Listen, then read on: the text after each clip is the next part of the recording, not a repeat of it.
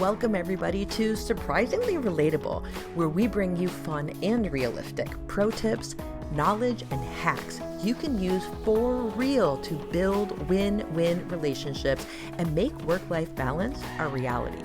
My name is Holly Burby, and each week I'll share with you a thought, story, or self-awareness shortcut that will help you to get unstuck, reconnect to your significance, and get focused and clear so you can relate to the people you care about the most. I truly believe that if we want to live a life of purpose and passion, it's time we put away the fake nicey nice and get to the root of how we can actually connect with each other in our homes and communities. That is how we can all succeed and move toward what we each want most. So if you're ready to be surprisingly relatable and evoke positive change that supports, uplifts, and inspires you and others in the world, you're in the right place. Let's get started.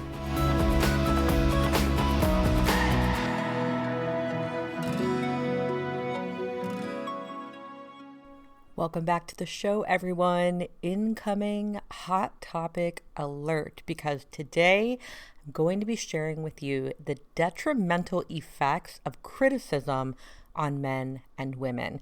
And more so, I'm not only going to be talking about how it affects people, but truly how men and women respond to criticism differently. So come to the table today with an open mind, because some of the info I'll be sharing with you is going to be something that you can implement in your personal and professional lives immediately so that people really receive the feedback or the criticism that you want to give them without becoming defensive, and truly so that they can understand your intent as well.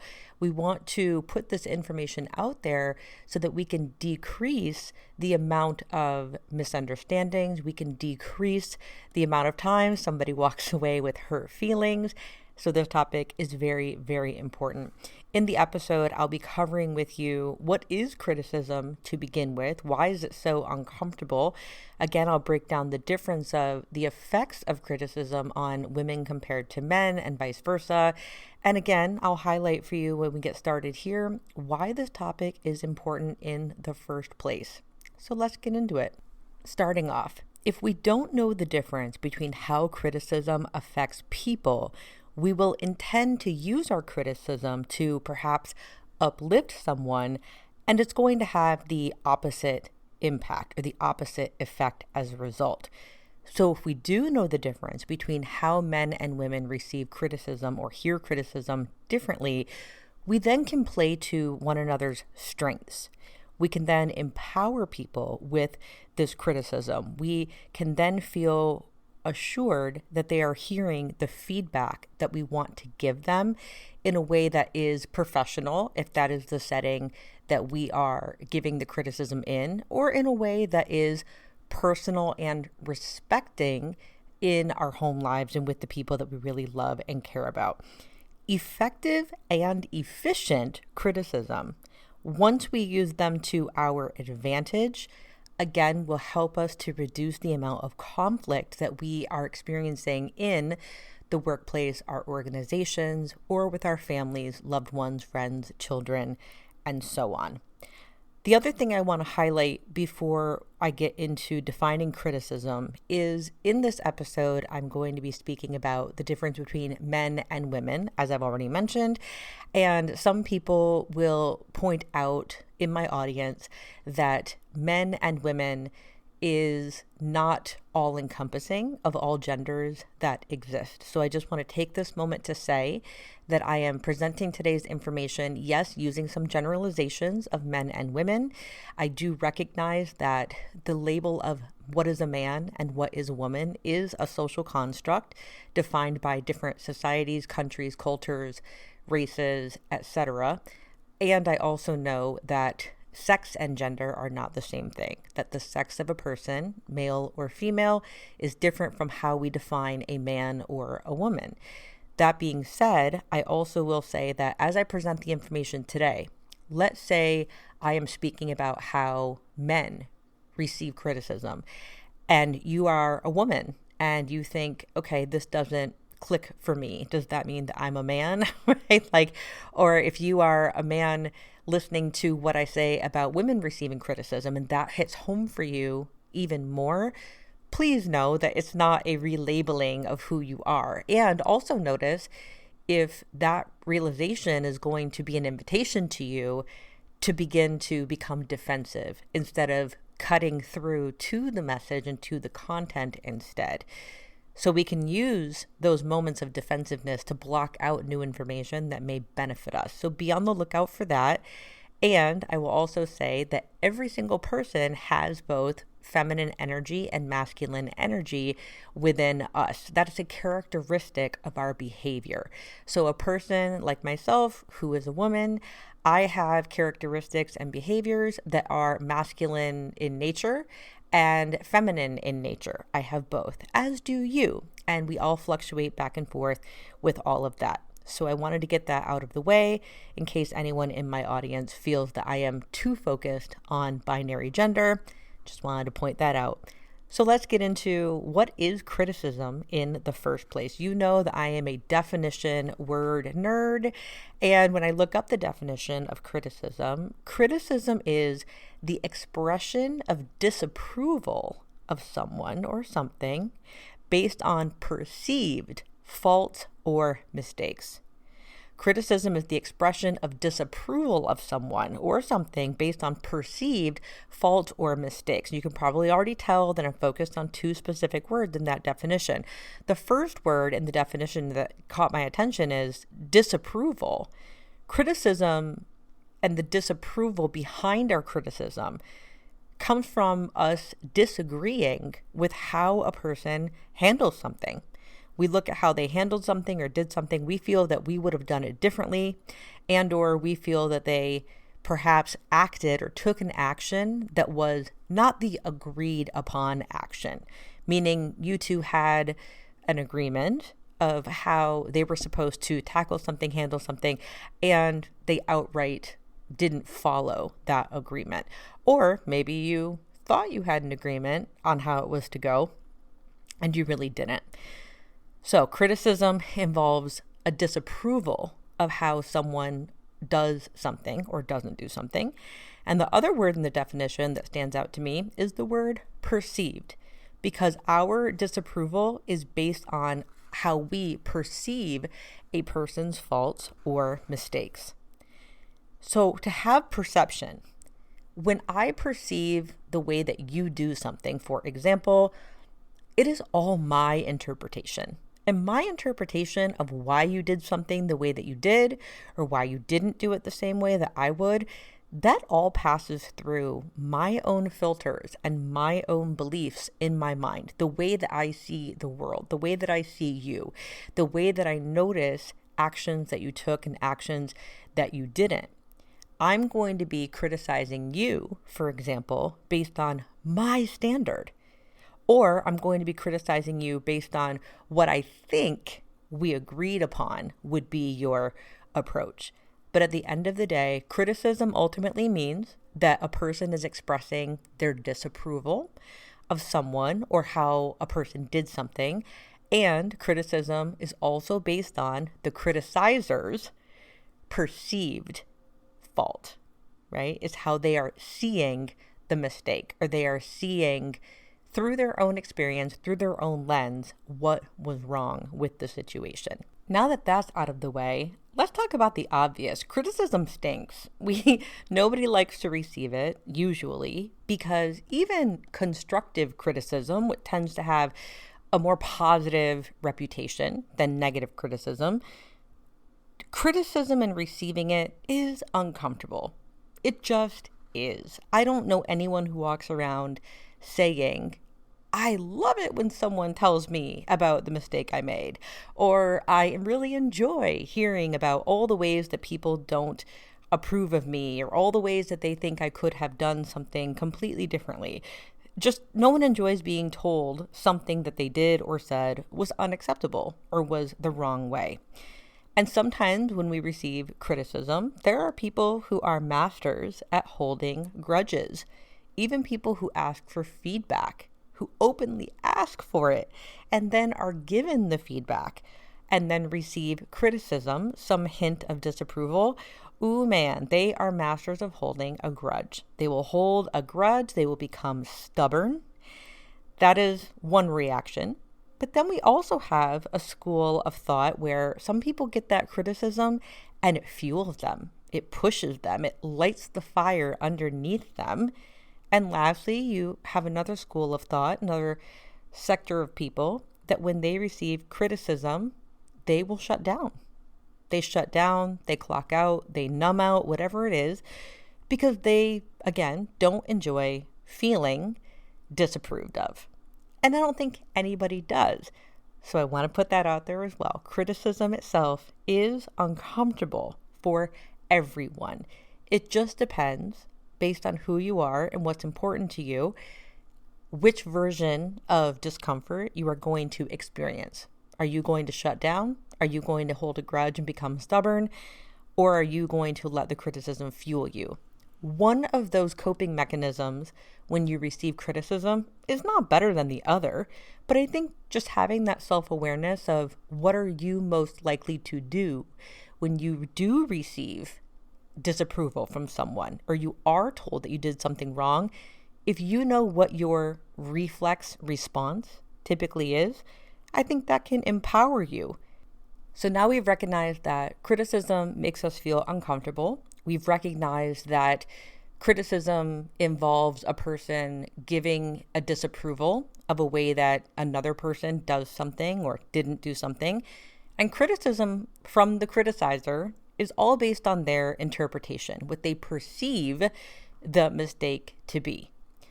So let's break down, how do men in general respond to criticism differently than women in general respond to criticism? And back to what I mentioned earlier quickly about masculine and feminine energy. Again, as I go into this is how men respond as compared to women, you may hear some of yourself in both of these situations. And that again is because your fluctuation and your usage and tapping into of your masculine energy compared to your feminine energy throughout one given day can go back and forth.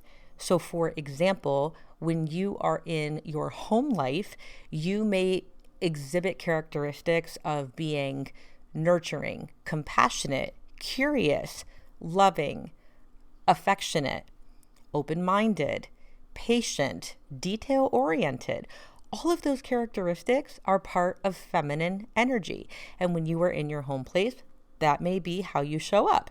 However, when you are in your workplace, for example, you may tap into a completely different set of energy characteristics, likely the masculine energy characteristics, where there is focus, solution-driven. What's the point? What's the problem? Brevity, efficiency is king, staying effective, seeing the main point of the thing that needs to get done. So less about the detail, more about the mission. And so when you are in your workplace, that may be your spot of focus. In this example, you might be the opposite. Maybe in the workplace, you are detail-oriented and very much a nurturer and collaborative, feminine energy. But maybe when you are at home with your loved ones or just you on your own, you are very organized, focused, mission-driven, and tap more into that masculine energy instead. So let's break down how each type of person, men compared to women, typically responds to criticism. And let's start with ladies first. The core difference for women when women receive criticism is it typically will fuel a woman and bring up this internal conversation of, oh yeah, well, I'll show you. Because ultimately the fear of women is a fear of not being enough. Or the opposite side of the same coin is her fear of being perceived as too much instead. And so instead of being perceived as not enough, she gets that criticism and she's like, okay, I'm going to show you. Or if someone says, hey, you're too bossy, you're too opinionated, you're too outspoken, you're too bold, you're too courageous, that feedback, that criticism, as she will hear it, fuels the same internal dialogue. I will show you. Just watch me. So as an example, let's say a woman at home is criticized for whatever reason by her romantic partner, and they suddenly get this feedback and she thinks, you know what? I'm going to show you that you're wrong. She doesn't announce this necessarily. She might, but she might not. But she will most often work quietly to begin to show that the criticism she received is not true. So, for example, if the criticism that she receives at home is something like, you're so messy all the time, you really don't care if this place is organized at all, do you? And then her internal dialogue kicks in. Oh, yeah, you think I'm messy? Okay, I'll show you. And next thing you know, she's quietly, not with an audience, organizing different spaces. She's cleaning out the closet. She's filing the paperwork in the drawer. She is picking up and paying more attention to her environment than she previously did.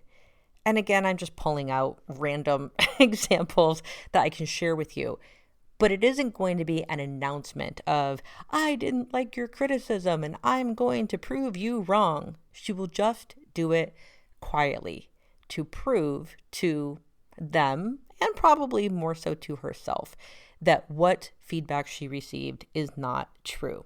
She's not seeking an immediate accolade or a validation because she has shifted her behavior in some way.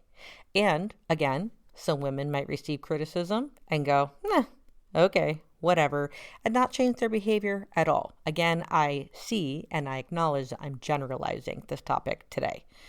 So the core difference for men, how do men typically respond to criticism?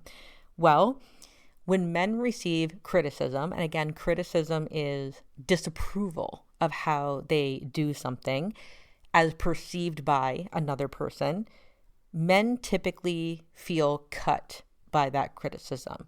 It generates a level of shame. Shame being they start to feel bad about who they are as a person. They don't make it as much about the thing that they did or didn't do. They make it about themselves as a man.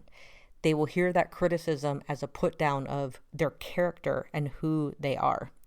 And that level of cut down or shaming that comes from that criticism can cause men to shut down, can cause them to not respond at all.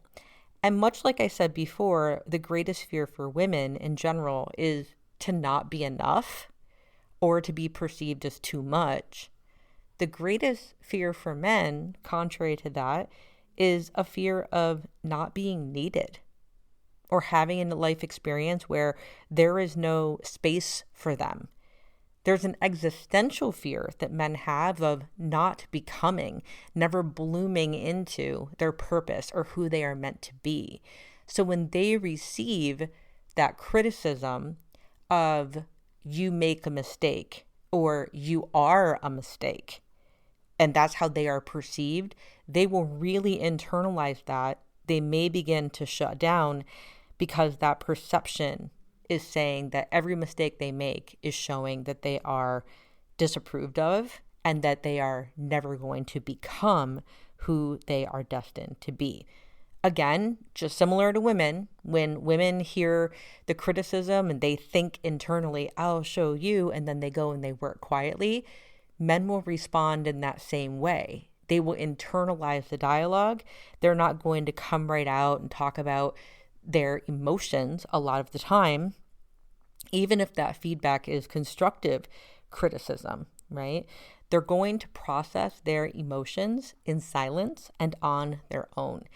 And there can come a time where the cuts and the shaming of that criticism for men may build up, build up, build up, and build up over time to where their reaction is not simply to just shut down. Their reaction may be to go do something completely drastically different than what they were doing. But it doesn't have the same impact on men as it does on women. Criticism can fuel women, but criticism typically cuts down and shames men. Everything I've said so far is about criticism as defined as disapproval or a perceived mistake or fault. But let's talk about constructive criticism. A lot of people in relationships, personal and professional, or in their work setting, tend to say they are open to constructive criticism. Constructive criticism, in their opinion, typically meaning you're going to give me a type of feedback.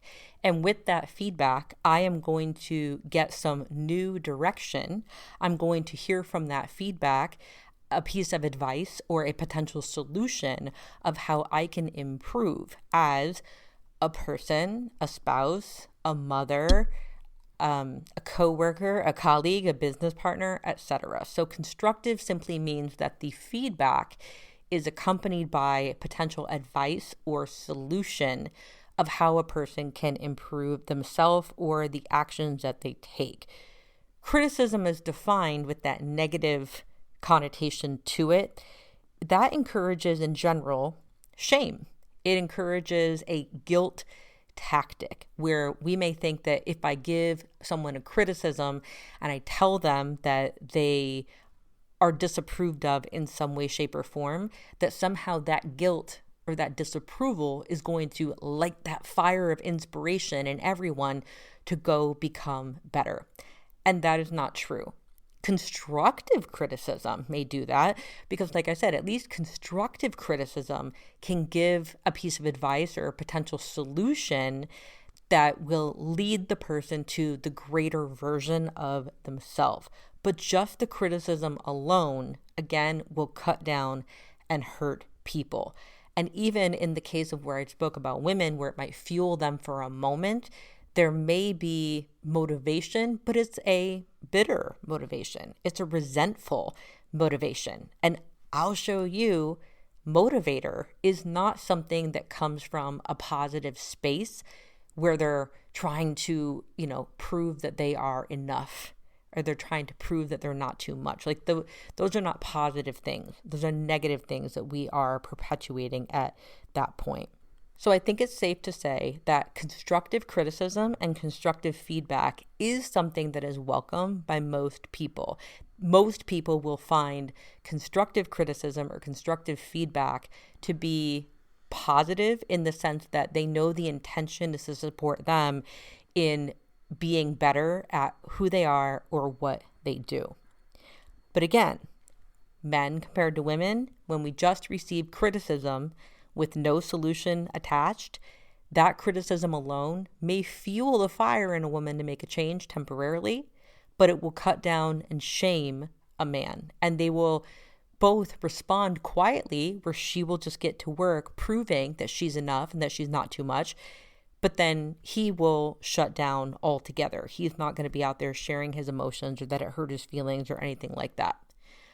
So with today's episode, I would love for you to consider for yourself, how is criticism been detrimental to you in your life? What is the way that you more frequently respond when other people criticize you, when they perceive you as having made a mistake, or they give you their disapproval in some way? Or are you lucky enough to be surrounded by people who more often give you constructive criticism, offer advice, offer solutions to help you become the person that you say that you want to be? And if they are giving you constructive criticism or great feedback, how do they often do that? Do you like to receive that feedback only when you've asked for it? Do you want people to ask your permission first before they share that with you? And what are the ways that you want people to approach you to give you that feedback or that constructive criticism? One-on-one, in private? Or do you just not care if somebody gives you that feedback in front of a bunch of other people? It's important for each one of us to know, again, how we want to receive criticism, constructive or not, in our personal life and in our professional life, so that we can ask for what we need in those moments. So we can make agreements with our significant other or with our kids. Hey, if you have some feedback for me and it's about things in the home or with our family, please tell me in private. Let's not do that in front of our family members or in front of our kids or in front of our friends, etc. Or you can make agreements at work that if someone has constructive criticism for you, can we just have a brief phone call? Or can you call me into your office for a couple of minutes so we can talk it out? And can you please give me a solution? But you've got to know, my friend, what you will benefit from the most so that you can ask for that. And if you think that you are the person who is giving criticism without a solution, be curious about that. What inside of you benefits from or receives some little amount of joy from telling people that you disapprove of the way that they did something? Does it make you feel like you're superior to them or smarter than them, or that you work harder than them or do more than they do at home or in the workplace? And to ask yourself that question, why am I so critical of this person? Ask yourself that question with some compassion, because that's what this relatability journey is about. You want to be able to relate to people, but you've got to understand and relate to you first. So ask yourself those questions, do the deep dive. Thank you so much for listening in today. I would love to know what you thought about this episode. What is your greatest takeaway about criticism and the impact that it has on your life or on the life of people that you care about in your world? Take a moment, screenshot this episode. Please share it to your stories on social media. If you do that on Instagram, you can even tag me at holly.burby.coaching. I would love to hear from you, and sharing this episode is always appreciated. And that's all I have for today. So until next time, I'll talk to you next time. Thanks for listening. And if you love this episode and know of someone else who's passionate about creating authentic relationships with people, please pass them on to me. It would mean the world to me if you'd help me get this cause and this message out to as many listeners as I can. So please, if you liked what you heard, I'd super appreciate it if you'd take 30 seconds and leave me a 5-star review and share this with your friends. And until next time, show love always, in all ways. And may you discover that we're all surprisingly relatable.